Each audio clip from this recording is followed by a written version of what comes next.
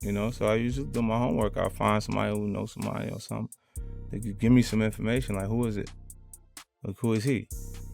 And you know, Frenchie, they got me the tape. They got me the tape of his mother's house, where his mom's work at. You know what I'm saying? The other cribs, the studios, stuff like that. That's the Cali tape.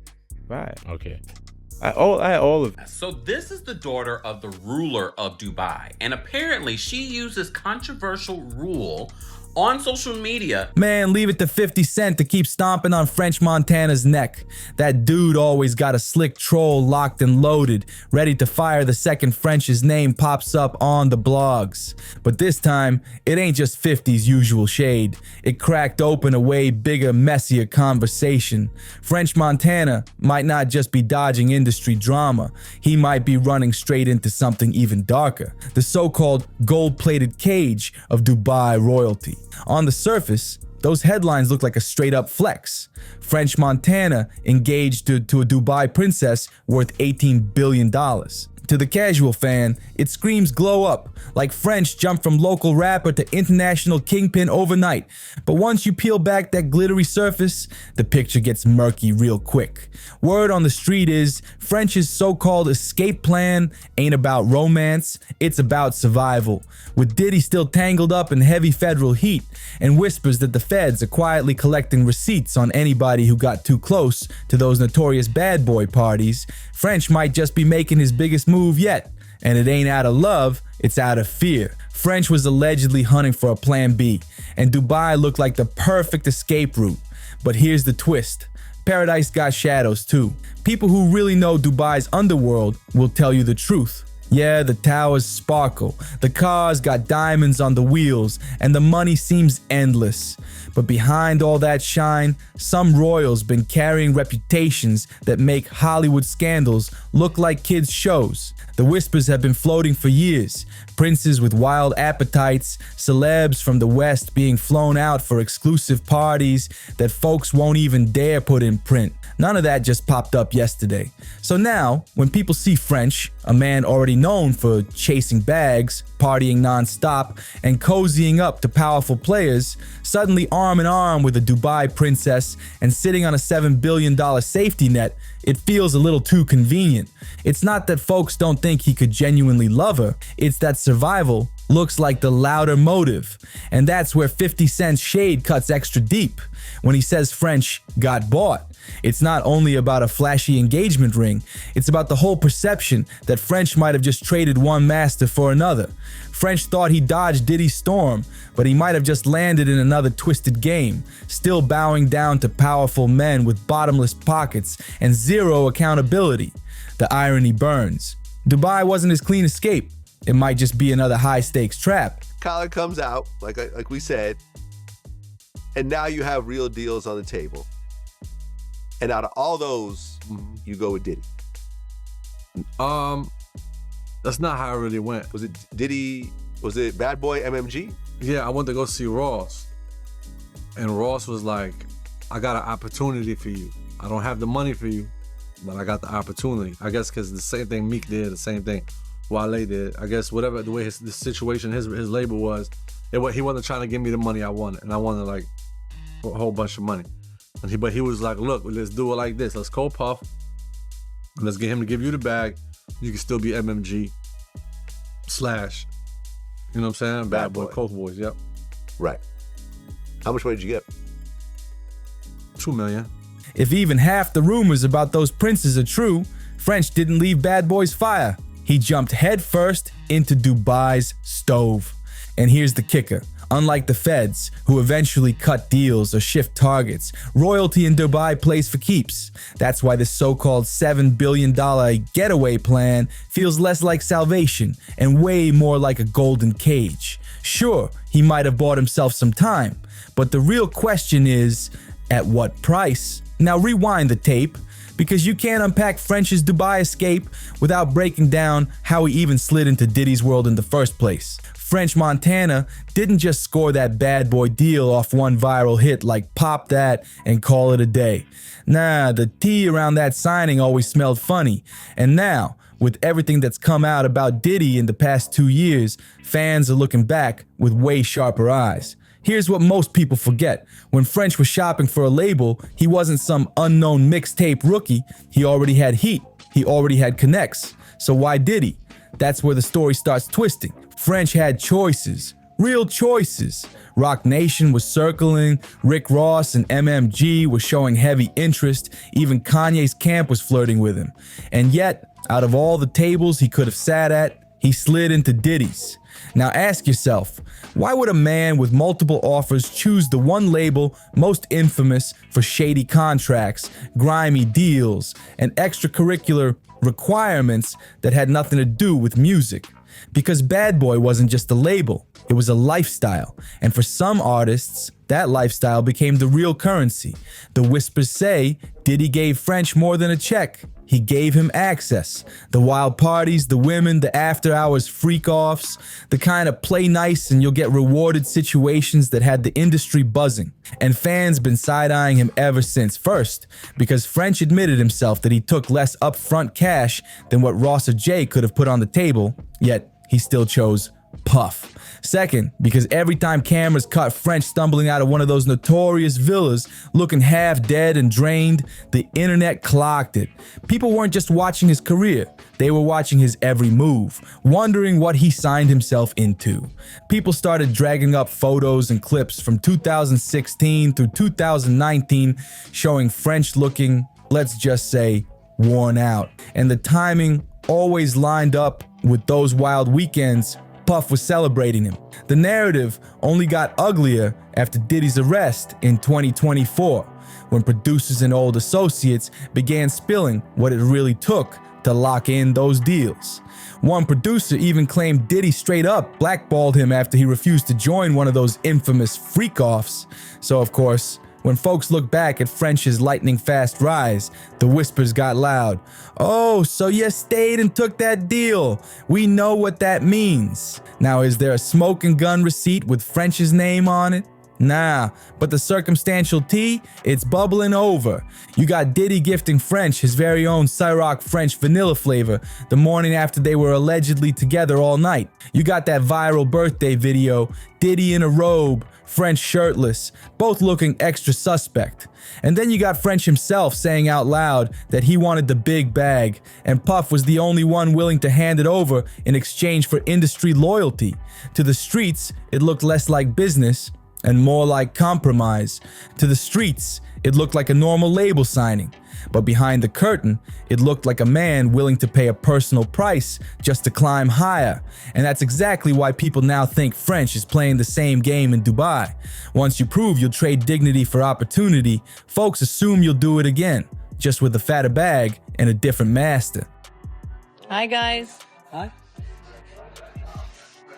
Here's where the rabbit hole gets crazy. In mid-2024, French Montana pops out at Paris Fashion Week, and he's not just rocking a new fit. Allegedly, he's showing off a whole fiancé, and not just any fiancé, Shiera, a princess tied to Dubai's ruling family. Baby, that ain't no regular Bronx love story, that's a straight-up chess move.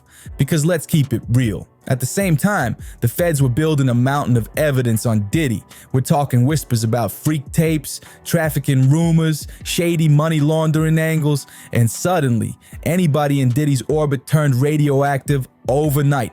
Artists, assistants, producers, even the random hang-around friends, everybody was getting subpoenaed or grilled, and right in the middle of that chaos, French pops up with royalty on his arm like he's rewriting his whole storyline. Can I tell you what I actually learned? A friend of mine is an air hostess, and her friend was on a flight with her, and her friend was eating like a very specific diet. So apparently the thing is, it's actually a control thing. I don't know if I can speak about sheikhs. No, speak. So these guys actually pay these women to hold a strict diet for like 2 weeks so that they can know that they are in complete control of what that woman is putting into her body, and the girl needs shit on them. Wow. So the girls aren't even getting on, the girls are on these guys, because then the guys feel like it's sick, like it's a control thing. So then they know like, oh, you listened to me for 2 weeks. Yeah, so that's probably their kink, that girls actually listen to. No 2-minute noodles. French wasn't just some casual homie, he was practically Diddy's shadow for years. The birthday trips, the champagne promos, the endless cosigns, everywhere Puff went, French wasn't far behind. If prosecutors wanted their case airtight, you better believe French's name was gonna surface. So, what's his next move? He doesn't just hop a flight. He attaches himself to one of the richest dynasties in the Middle East. Reports say the Shaka's family is sitting on over $18 billion. That's not just wealth, that's oil empire wealth. Money so deep, $7 billion is pocket change.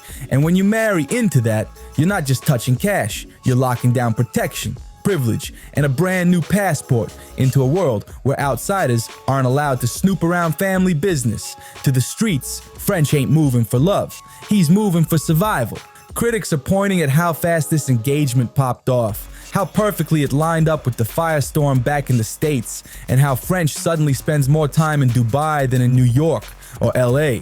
To die-hard fans, it looks like a fairy tale romance, but to his doubters, it looks like a carefully crafted escape plan, wrapped in Cartier, draped in royalty, and sealed with wedding vows. And let's not forget the optics. Every time French posts flicks with his princess, he looks fresher, sharper, almost reborn. But the comments, whew, they stay messy. Boy, you traded Diddy for Dubai, or the harsher ones.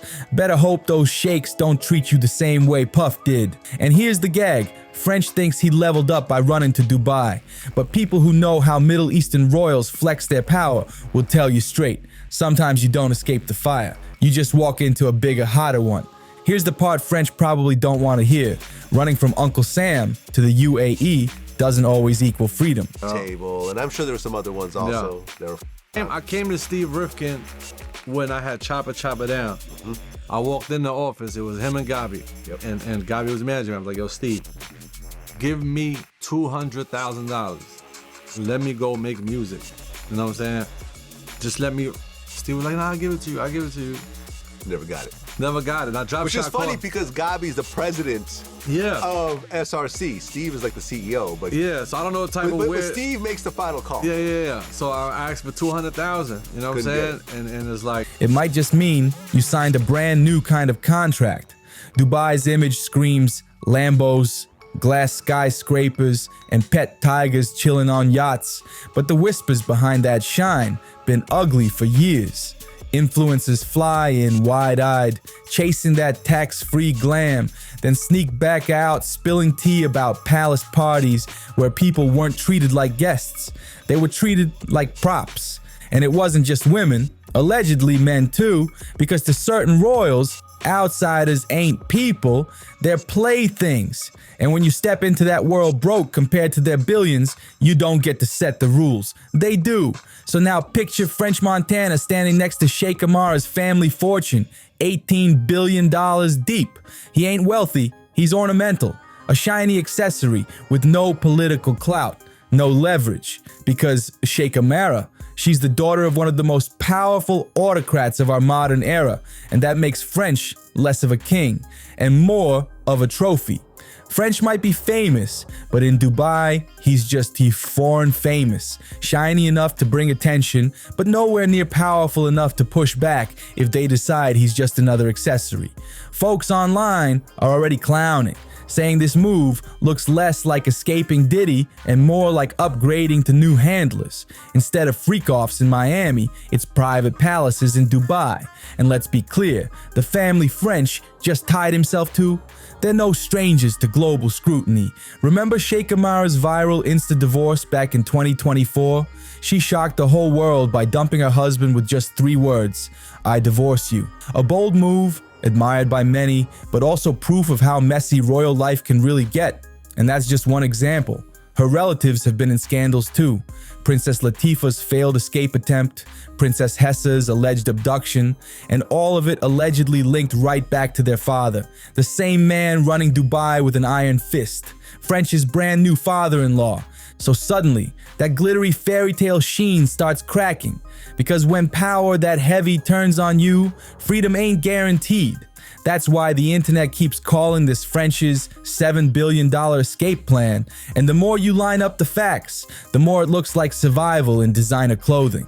On paper, it looks slick, marry into insane wealth, lock down residency, and hide behind a royal shield if the feds ever come knocking. Genius, right? But socially, baby, is deja vu all over again. For years, folks clowned French as Diddy's boy toy, the shirtless dinners, the birthday serenades, the Ciroc rewards. And now, the gossip is that he didn't ditch a sugar daddy, he upgraded to a whole dynasty of them. And here's the irony that stings. Hip-hop sold us French as the underdog hustler, Moroccan grit, Bronx hustle, Coke boys pride, but Dubai royalty ain't nothing like Bad Boy Records. You don't outshine them, you don't embarrass them, and you sure don't outlive your usefulness. If even a slice of the whispers are true, French didn't break free from a velvet leash. He just strapped himself into a golden cage. So yeah, maybe he escaped hot water in the States, but in Dubai, whew, baby, he might be sitting directly on the stove. And here's the wildest gag in all this chaos. The loudest one dragging French isn't a random blogger, it's 50 Cent. Sit with that for a second.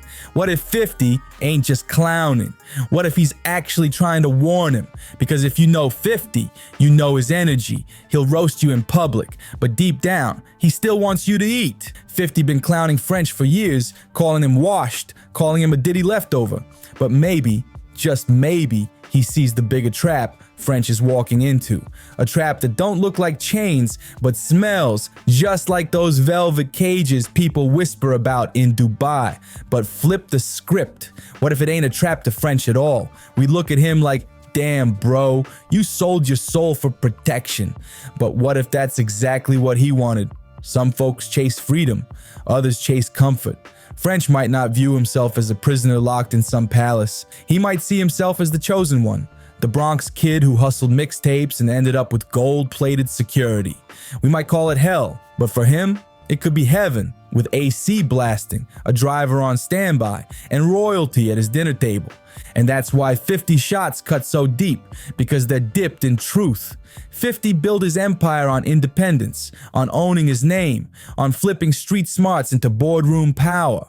Meanwhile, French might have flipped survival into servitude. But here's the burning question. Who's really winning? The man still swinging for credibility in rap? Or the man who traded his freedom for a golden shield?